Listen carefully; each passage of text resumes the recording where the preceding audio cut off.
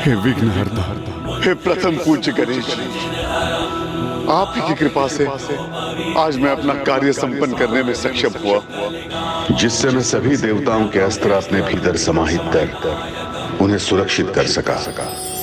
हे कृपा निधान, मेरी और एक विनती है आपसे, अपने महागणाधिपति स्वरूप में दर्शन देने का सौभाग्य प्रदान कर मुझे कृतार्थ कीजिए प्रभु।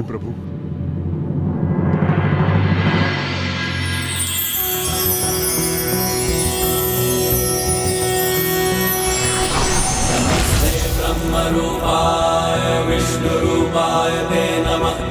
नमस्ते रुद्ररूपाय कलिरूपाय ते नमः। विश्वरूप स्वरूपाय नमस्ते ब्रह्मचारिणे। भक्तप्रियाय देवाय नमस्तुभ्यं विनायक। ॐ सिद्धिबुद्धिसहिताय महागणपतये नमः। आज मेरा मान, मेरी प्रतिष्ठा रखने के लिए आपको कोटि कोटि धन्यवाद प्रभु। एक अत्यंत संकट भरी स्थिति में देवताओं के दिव्य अस्त्रों को अनुचित हाथों में जाने से सुरक्षित करने का महत्वपूर्ण दायित्व निभाने के पूर्व आप मेरे नाम का स्मरण करना नहीं भूले। इसलिए मैं भी आपको आशीष देता हूँ कि आप पर कितनी भी विकट स्थिति की छाया क्यों न पड़ जाए, किंतु आप अपना संयम कभी नहीं खोएंगे। और मैं ये भी घोषणा करता हूँ कि आज से जो भी भक्त नेक कार्य करने के पूर्व श्रद्धा भाव से मेरे नाम का उच्चारण करेगा, मैं अपने पंचमुखी रूप में उसके द्वार पर स्थित होकर किसी भी विघ्न को उस द्वार में प्रवेश नहीं करने दूंगा।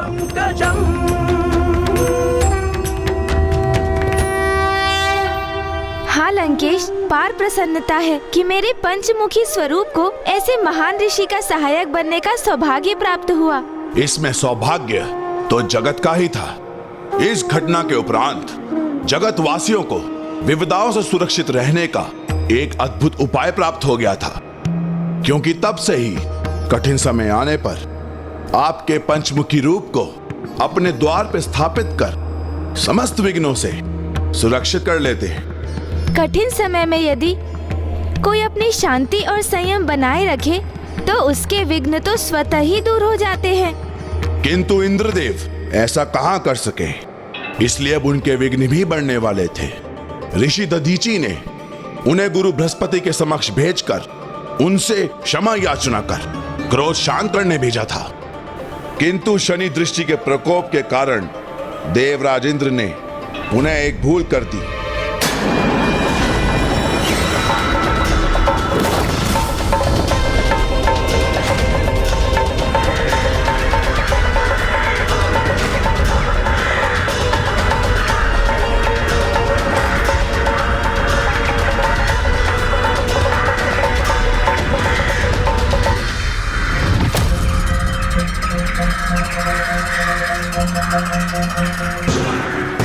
देवराज, हम उचित दिशा की ओर क्यों नहीं बढ़ रहे हैं? स्मरण कीजिए, देवगुरु बृहस्पति का आश्रम तो इस ओर है। इंद्रदेव, आपको आपके वचन के अनुसार देवगुरु बृहस्पति जी का क्रोध शांत कर उनसे क्षमा मांगकर उन्हें वापस लौटाना है। मैंने ये वचन दिया था कि देवगुरु के पद को कभी रिक्त नहीं रहने दूंगा, किंतु उसका अर्थ यह नहीं था कि उस स्थान पर गुरु बृहस्पति पुनः स्थित होंगे। मेरे विचार से ऋषि विश्वरूप ही देवगुरु पद के लिए सर्वथा योग्य है।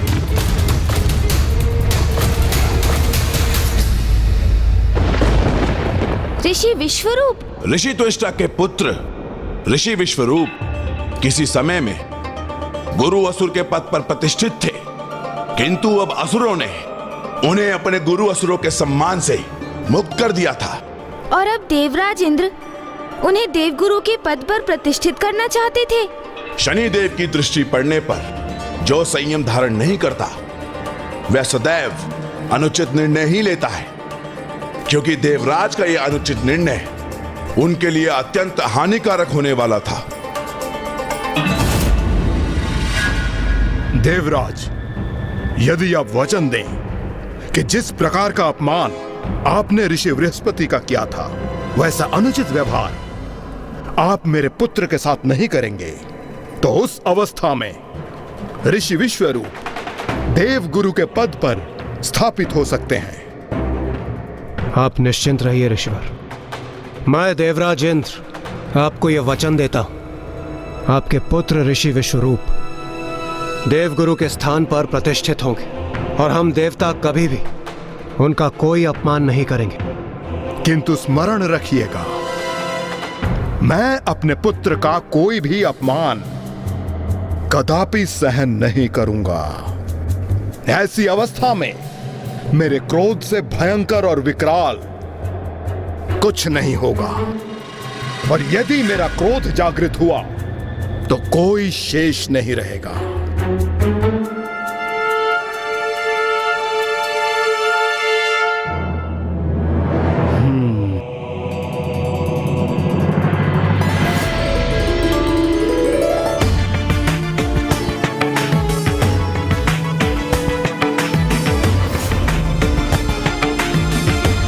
प्रणाम गुरुवर।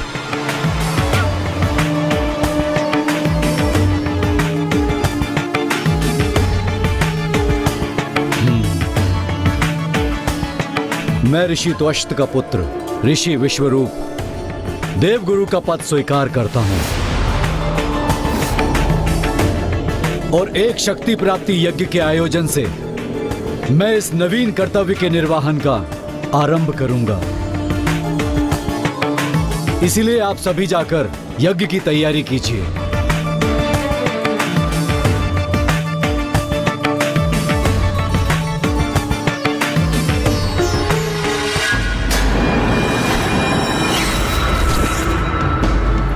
मैं गुरु इनका बनूंगा और लाभ असुरों का होगा। असुरों का लाभ होगा? उनके इस कथन से ऋषि विश्वरूप का क्या अर्थ था? ऋषि विश्वरूप के मन में अभी भी असुरों के लिए स्नेह शेष था, इसलिए उनका लाभ कर स्वयं को गुरु पद पर स्थायी रूप से स्वीकार करवाना चाहते थे। किंतु ये तो छल था। हाँ गौरी पुत्र, ऋषि विश्वरूप देवताओं के यज्ञ से प्राप्त हुई शक्तियों को असुरों में बांट देते थे। फिर एक दिवस देवराज इंद्र ने उन्हें ऐसे करते देख लिया, जिसके उपरांत एक सर्वनाशी स्थिति उत्पन्न हो गई।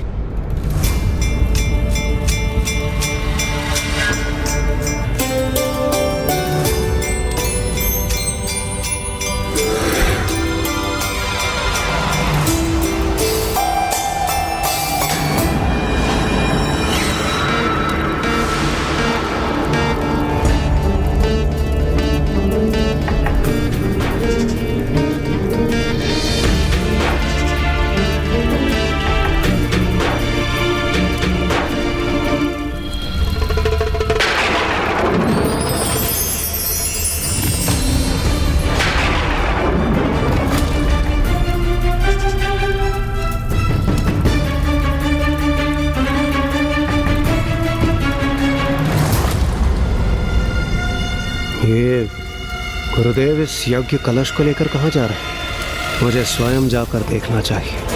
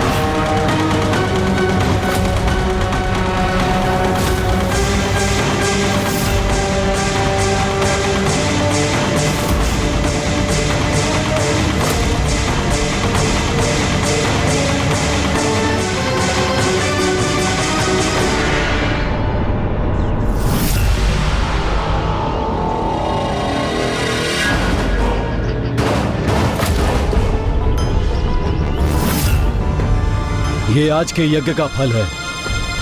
इसे ले जाओ और शक्तिशाली असुरों में बांट दो।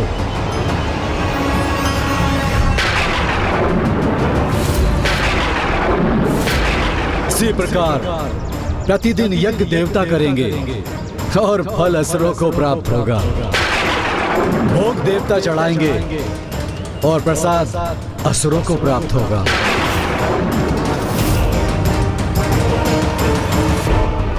जाओ।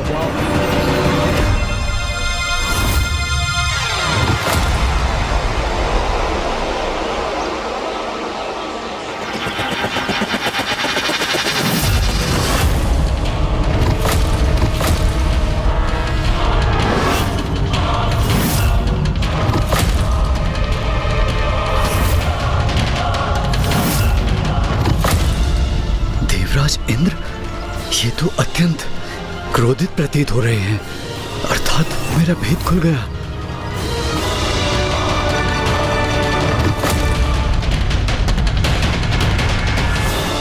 देवराज, आपने छल किया है ऋषिवर। देवराज इंद्र के साथ छल किया है आपने। इसका उचित दंड आपको अवश्य प्राप्त होगा।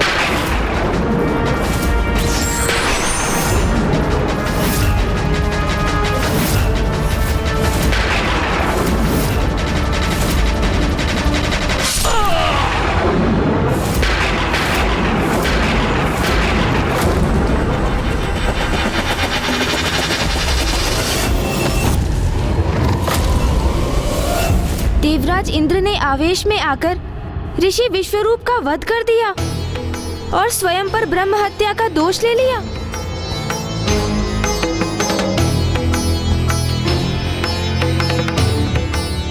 और वहीं दूसरी ओर ऋषि तुष्ठा ने आक्रोश में आकर अपना नियंत्रण ही खो दिया था। इंद्रदेव द्वारा उनकी पुत्र की हत्या जो हुई थी, तो अपने पुत्र का वध का प्रतिशोध लेने के लिए उन्होंने अपनी क्रोधाग्नि से एक भयानक पुत्र को जन्म दिया।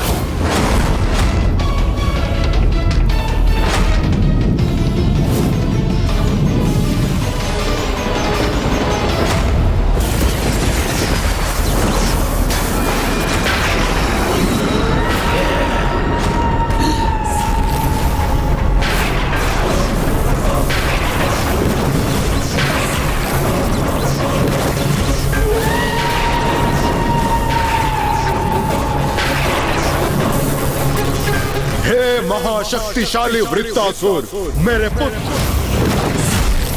जाओ जाकर देवराज इंद्र का विनाश करो, और जब तक वो तुम्हारे समक्ष उपस्थित ना हो, इस संसार में अपनी विनाश लीला का आतंक स्थापित कर दो। जो आज्ञा पिताश्री।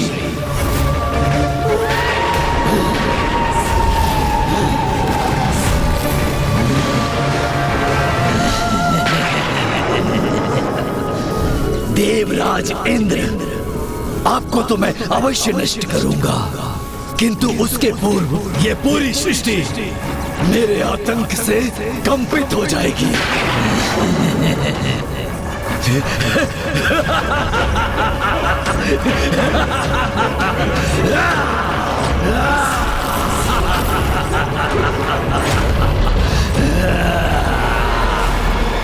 वृत्तासुर का जन्म तो देवराज इंद्र के अंत के लिए हुआ था, किंतु वो ऋषि दधीची के अंत का कारण बने। ऋषि दधीची का अंत? हाँ शिवनंदन, वृत्तासुर के कारण ऋषि दधीची को अपने जीवन का त्याग करना पड़ा, वो भी अपने पुत्र पिप्लाद के जन्म के पूर्व।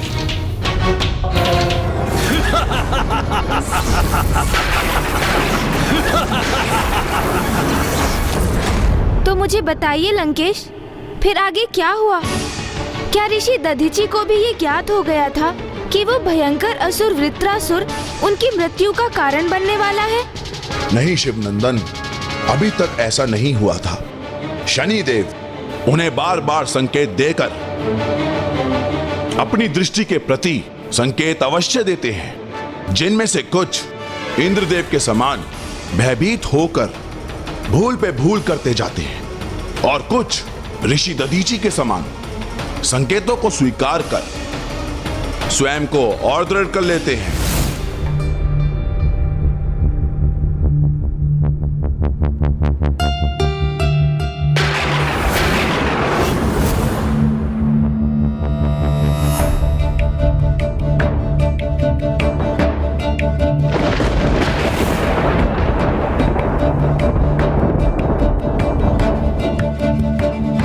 सावधान रहिएगा ऋषवर, मेरी दृष्टि तो अभी तक आप पर ही टिकी है, पीछा कर रही है आपका।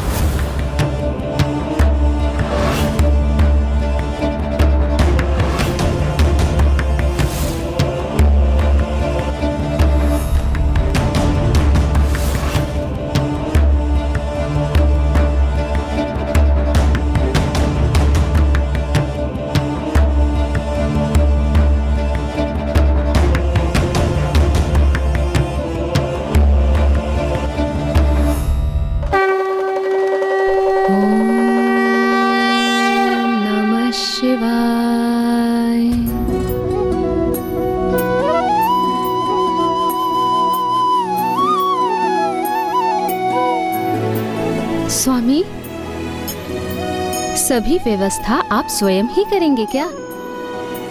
आश्रम को सज्जित करने का कार्य तो आप अपने शिष्यों से भी करवा सकते हैं। देवी, 2-1 दिवसों में स्वयं प्रभु महादेव हमारी संतान बनकर शिशु रूप में हमारे गृह में पधारने वाले हैं। इसलिए उनके सम्मान में अपने गृह को सज्जित करने का सौभाग्य तो मैं स्वयं प्राप्त करूंगा।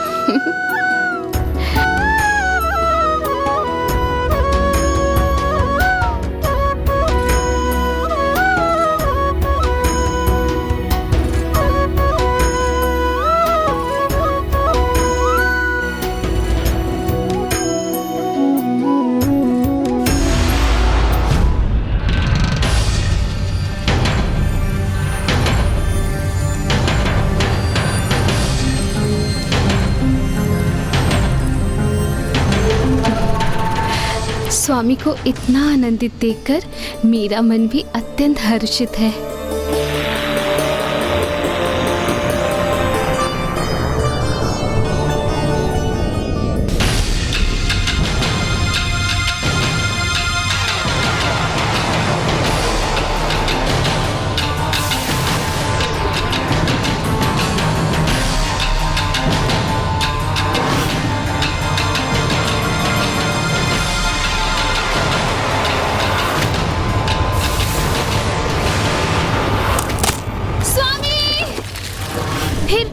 फिर क्या हुआ लंकेश? फिर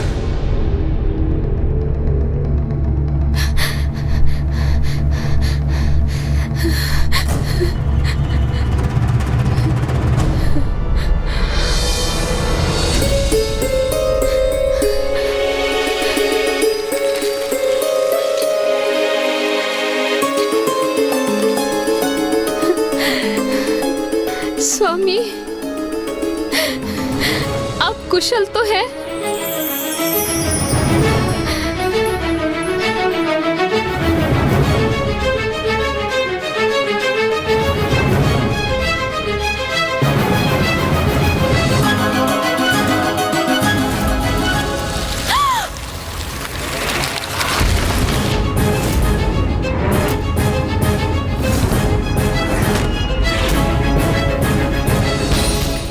स्वामी,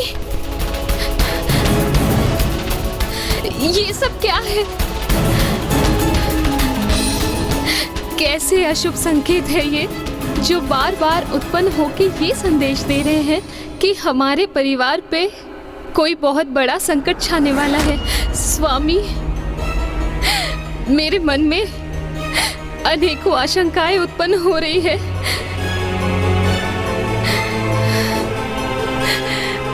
भावी संकटों के संकेत पाकर उनके प्रति सचेत रहना तो सर्वथा उचित है देवी, किंतु उनसे भयभीत होना उचित नहीं है।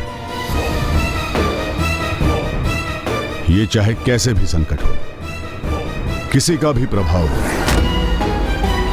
हम एक साथ रहकर ही उनका सामना करेंगे। और मैं पुनः कह रहा हूं, जिस गृह में स्वयं महादेव शिशु के रूप में प्रकट होने वाले हों, वहां तो वैसे भी किसी भय का औचित्य ही नहीं।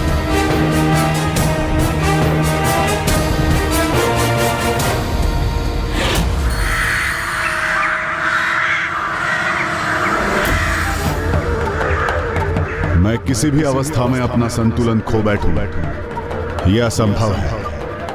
अपनी कथनी को करनी में बदलना अत्यंत कठिन होता है ऋषिवर। बुरी परिस्थिति का सामना होने पर श्रेष्ठ पुरुष भी विचलित होकर सुपथ से भटक जाते हैं। मेरे समक्ष कैसा भी संकट क्यों ना आ जाए, मैं तो अपने मूल स्वभाव पर स्थिर रहकर धर्मोचित कर्म ही करूंगा। ऋषिवर, अभी तक आपने अपना धैर्य और संतुलन नहीं खोया, किंतु भविष्य में तो मैं आपकी और भी कठिन परीक्षा लेने आ रहा हूं। कर्म फलदाता शनिदेव।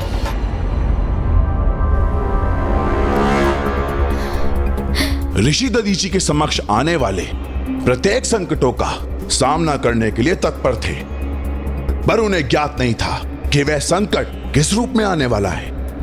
और उधर देवराज इंद्र भी वृत्रासुर के लिए तैयार नहीं थे, जो स्वर्गलोक पे महासंकट बन के छाया हुआ था।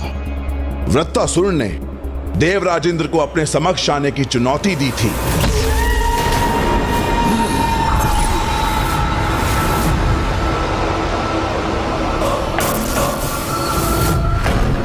मेरे समक्ष आकर मेरा सामना करो इंद्रदेव, अन्यथा तुम्हारे स्वर्गलोक को मैं अदृश्य कर दूंगा। किंतु देवराज इंद्र में इतना साहस कहां था। वो तो स्वर्गलोक छोड़कर ही भाग गए थे। नहीं, अपनी इस शस्त्रहीन अवस्था में मेरा अथवा अन्य देवताओं का इसके समक्ष जाना उचित नहीं होगा। बस इंद्रदेव, अब मैं तुम्हारे स्वर्गलोक से बाहर आने की प्रतीक्षा नहीं करूंगा। यदि तुम स्वर्गलोक से बाहर नहीं आए तो मैं तुम्हारे स्वर्गलोक को ही मिटा दूंगा। अपनी चुनौती का उचित उत्तर ना पाकर वृत्रासुर ने स्वर्गलोक को ही निकल लिया।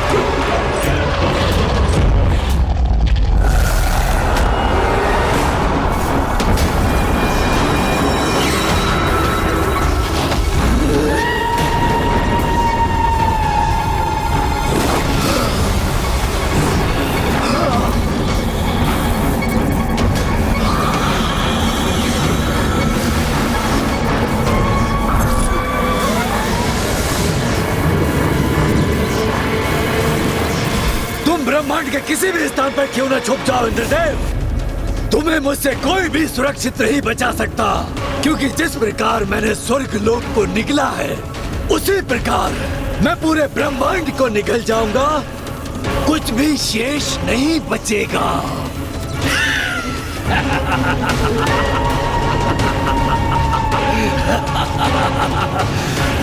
इंद्रदेव,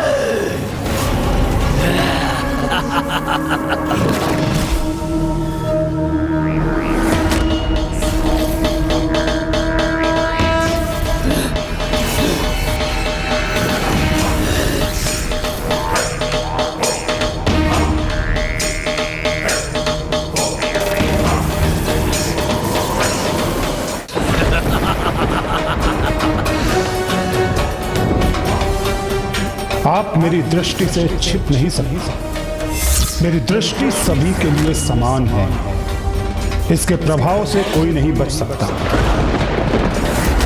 बस गुरुदेव, यदि आप देव गुरु हैं तो मैं भी देवराज हूं, और इस प्रकार के शब्द आपके मुख से शोभा नहीं देते। मैं संपूर्ण सभा के समक्ष देव गुरु पद का परित्याग करता हूँ। इंद्रदेव, ऋषि दधीचि को दिए गए वचन को भूलना उचित नहीं है। आपको आपके वचन के अनुसार देवगुरु बृहस्पति जी का क्रोध शांत कर उनसे क्षमा मांगकर उन्हें वापस लौटाना है। किंतु उसका अर्थ ये नहीं था कि उस स्थान पर गुरु बृहस्पति पुनः स्थित होंगे। देवराज इंद्र के साथ छल किया है आपने। इसका उचित दंड आपको अवश्य प्राप्त होगा। सत्य है, जब शनि की दृष्टि किसी पर पड़ती है तो उसे संपूर्ण संयम और सूझबूझ के साथ प्रत्येक परिस्थिति का सामना करना चाहिए। किंतु मैंने जो किया वो सर्वथा विपरीत था। मुझे अभी और इसी क्षण सर्वप्रथम अपनी प्रथम भूल को सुधारना चाहिए। स्वर्गलोक का लुप्त होना तो एकमात्र आरंभ था, क्योंकि वृत्तासुर संपूर्ण ब्रह्मांड को निगलने के लिए तत्पर था और ऐसे समय में अपने गुरु, अपने अस्त्र और अपने लोक को खोने के उपरांत देवराज इंद्र का विवेक अवश्य जागृत हुआ, किंतु वो अपनी भूल को सुधारने का अवसर खो चुके थे, क्योंकि बहुत देर हो गई थी। लीजिए लंकेश, जल ग्रहण कीजिए। मेरी माँ तो सदा कहती हैं कि अपनी भूल सुधारने के लिए जो उचित है वो करने के लिए देर कभी नहीं होती। किंतु फिर कुछ ऐसे भी उदाहरण हैं जहाँ उचित और अनुचित का भेद भूलकर कार्य व्यक्तिगत स्वार्थ से किया जाता है, किंतु दिखावा भक्ति का होता है। वहाँ कोई सुधार कैसे संभव है? ये आप किसके संदर्भ में कह रहे हैं पार्वती नंदन? नहीं नहीं लंकेश जी, मैं तो मात्र इस बात को रहने दीजिए। मुझे तो आप ये बताइए कि क्या सत्य में देवराज इंद्र को अपनी भूल का आभास हुआ और उन्होंने उसे सुधारने का निर्णय लिया? हाँ गौरी पुत्र, अपनी भूल को सुधारकर देवराज इंद्र अपने एक स्वार्थ को सिद्ध करना चाहते थे और उनकी अपेक्षा उस समय सर्वथा निराधार प्रमाणित होने वाली थी।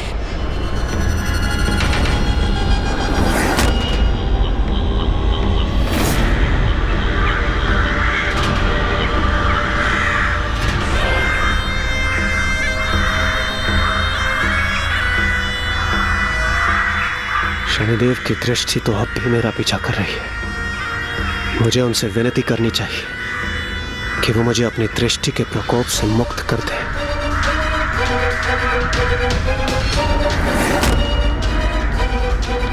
हे शनिदेव, मैं अपने समस्त दोषों को स्वीकार कर उन्हें सुधार लूंगा और जो भूल मुझसे हुई है उसके लिए मैं क्षमा याचना करूंगा।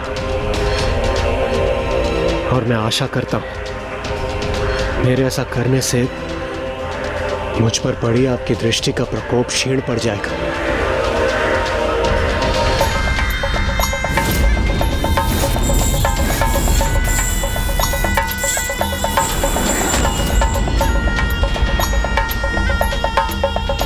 इतनी भूल करने के उपरांत भी आप ये अपेक्षा करते हैं कि आप पर मेरी दृष्टि का प्रभाव कम होगा?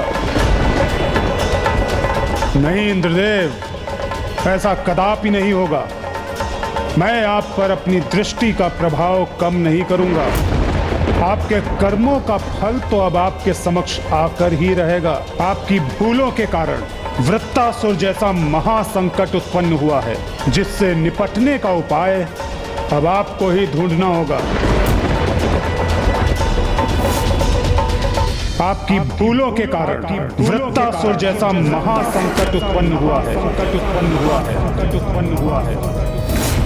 शनिदेव की दृष्टि का प्रभाव तो देवराज इंद्र पर पड़ना ही था, किंतु और भी अधिक दुखद ये था कि देवराज इंद्र से हुई इस भूल का परिणाम अब स्वर्गलोक सहित शेष देवगणों को भी सहना पड़ रहा था। मात्र स्वर्ग नहीं गणेश जी, वृत्तासुर तो अब संपूर्ण सृष्टि को निगलने के लिए तत्पर था, एवं कोई भी देवता अपने दैविक अस्त्रों से भी उसका सामना करने में सक्षम नहीं था।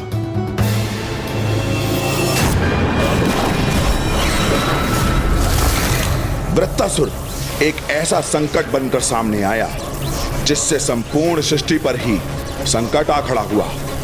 पूर्व में उसने मात्र स्वर्ग को ही अपने धूम्र में निगला था, अब वो संपूर्ण सृष्टि को अपने धूम्र में निगल रहा था और यही बनने जा रहा था स्वयं ऋषि दधीची के लिए भी।